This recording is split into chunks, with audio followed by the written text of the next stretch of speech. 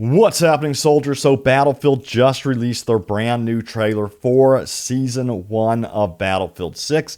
And this, of course, is starting on October 28th with the new Blackwell Fields map. And then on November 18th, we are getting the Eastwood map as well. And on top of that, we're getting new weapons and new modes with some new gadgets too. So the trailer showed off some new gameplay snippets, and let me tell you, the maps are looking very impressive indeed. I would have to say that Eastwood, for me personally, looks like the standout map for sure, but Blackwell Fields looks like a lot of fun too, and looks like both maps are going to be large scale with a vehicular combat with infantry combat mixed in there as well for that classic Battlefield feel. So I'm definitely excited for this. Hit that like button if you cannot wait for Season 1 to kick off on October 28th.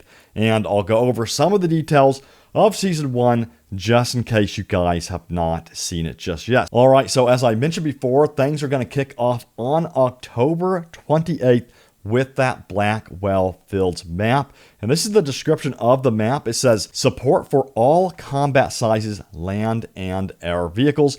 Just as the fires of war from the single-player campaign start to cool, Pax Armada double agents launch a series of attacks on NATO targets.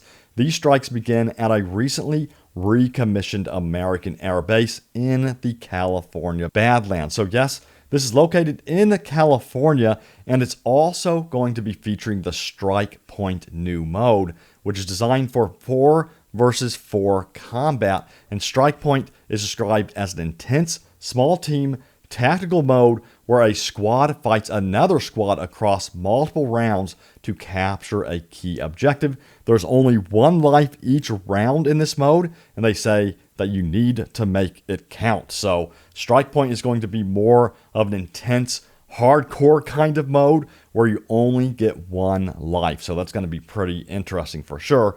And then we have the new land vehicle, the APC Traverser Mark II.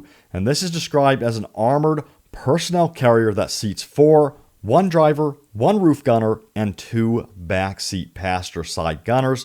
And it serves mostly as an infantry support vehicle. So this one is actually quite similar to the vehicle we got in Battlefield 2042's later seasons, if you guys remember.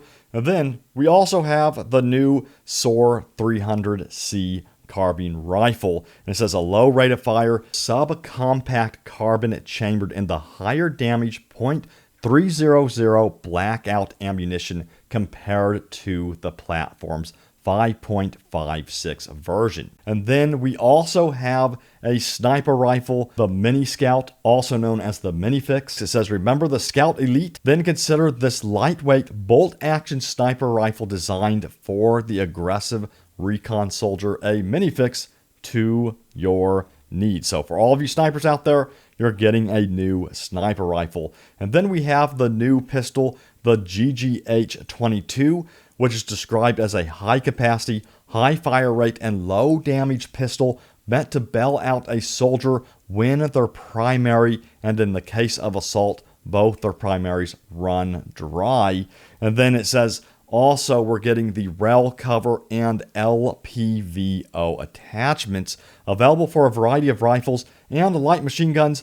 These 2 attachments, the rail cover and the low-powered variable optic, are the first of several to drop after launch to make you rethink how you spend those attachment points. So that's everything we're getting on October 28th. So a pretty good amount of content. And again, Blackwell Fields, it looks pretty cool. I love the fact that it is a larger map with vehicular combat. We'll have to see just how flat this map is, but it definitely feels unique with the sunset, with the setting, and then also there are a lot of buildings that will actually provide some cover and some interior battles as well. So it does look like it actually has a lot more variety than we may have originally thought. And now let's talk about that November 18th update, which is considered the second update to Season 1. And this, of course, is going to include that Eastwood map, which looks incredible in my opinion. And this is the description of this map. It says it has support for all combat sizes, land vehicles, and helicopters. And then it goes on to say, as part of a coordinated strike across the west coast of the United States, Pax Armada sleeper agents embedded into the Eastwood community, a sleepy, affluent suburb connected to a golf course, are activated. And it looks like a very unique map, perhaps one of the coolest looking maps that will be arriving to Battlefield 6. And I predict that as long as this map flows really well with the gameplay, I think it's going to be a fan favorite for sure in Battlefield 6. Now, we're getting another new mode as well called Sabotage, which is designed for 8 versus 8 combat. And this is the description of Sabotage mode. It says, destroy as many sites as possible before the round time finishes.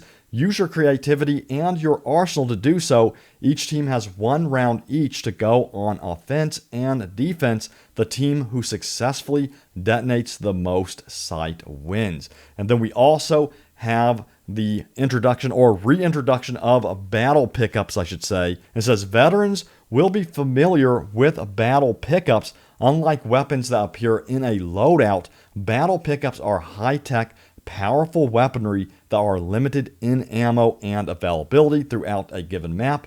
Where will these pickups live exactly? That's up to you and your squad to find out. So this sounds like it's going to add a little bit more variety to the gameplay loop and shake things up. And I'm actually really looking forward to this gameplay feature for sure.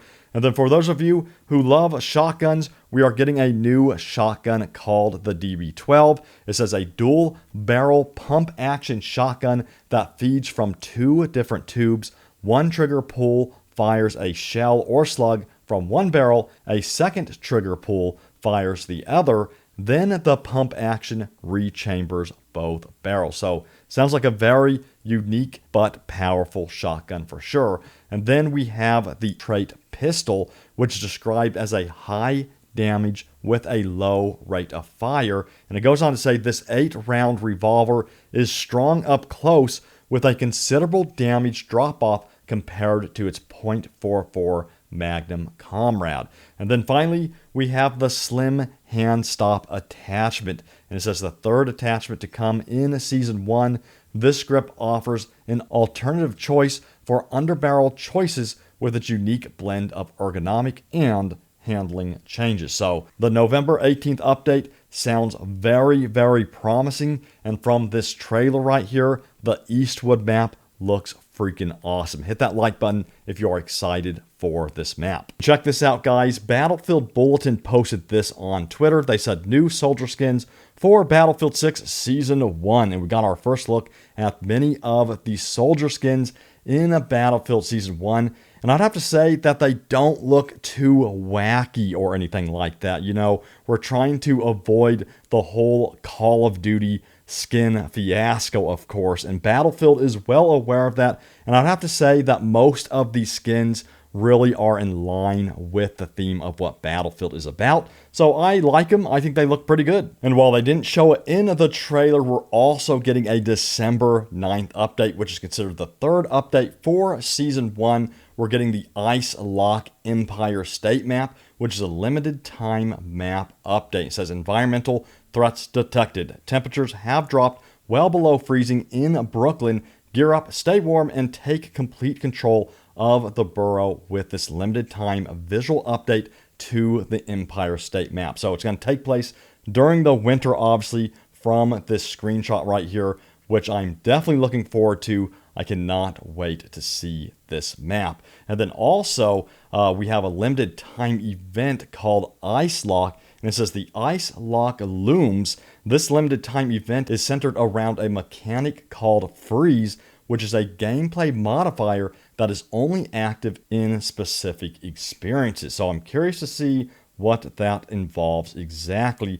And then to keep with the theme of cold and ice, we're also getting a new melee weapon, the Ice Climbing Axe as well. So a lot of cool stuff in that update. Not as big as the other updates, but it's pretty cool that we're getting Empire State as a snowy version. Now, I do wish that they made Manhattan into a snowy environment as well, but unfortunately it's only going to be the Empire State map according to this update. But regardless, still, I'm excited for it. I can't wait to see what this is going to look like during the snow environment. And now it's time for your top comments, starting off with Flippers Reef, who says, I won't be ashamed to admit that I need bots at times.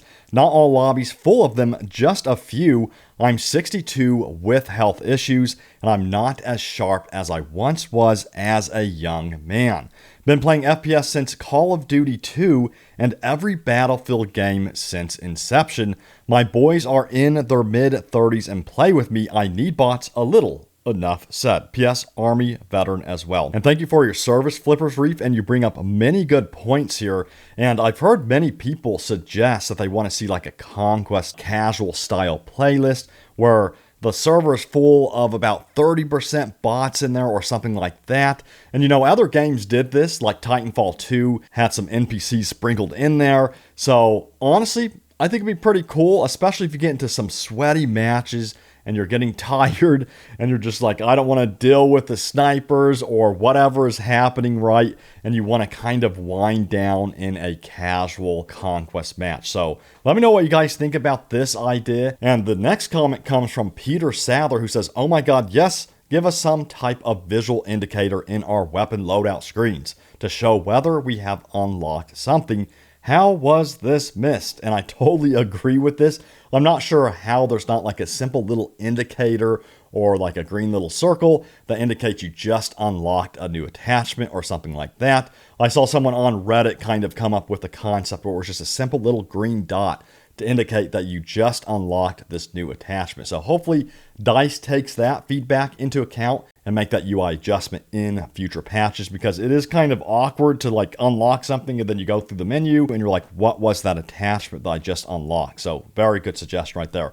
And that's going to do it for the video, guys. Hit that like button if you are excited for Season 1. And if you are new here, hit that subscribe button as well. We have a really good group of soldiers in our community who love Battlefield 6. And I will see you all out there on the battlefield. Have fun and see you later.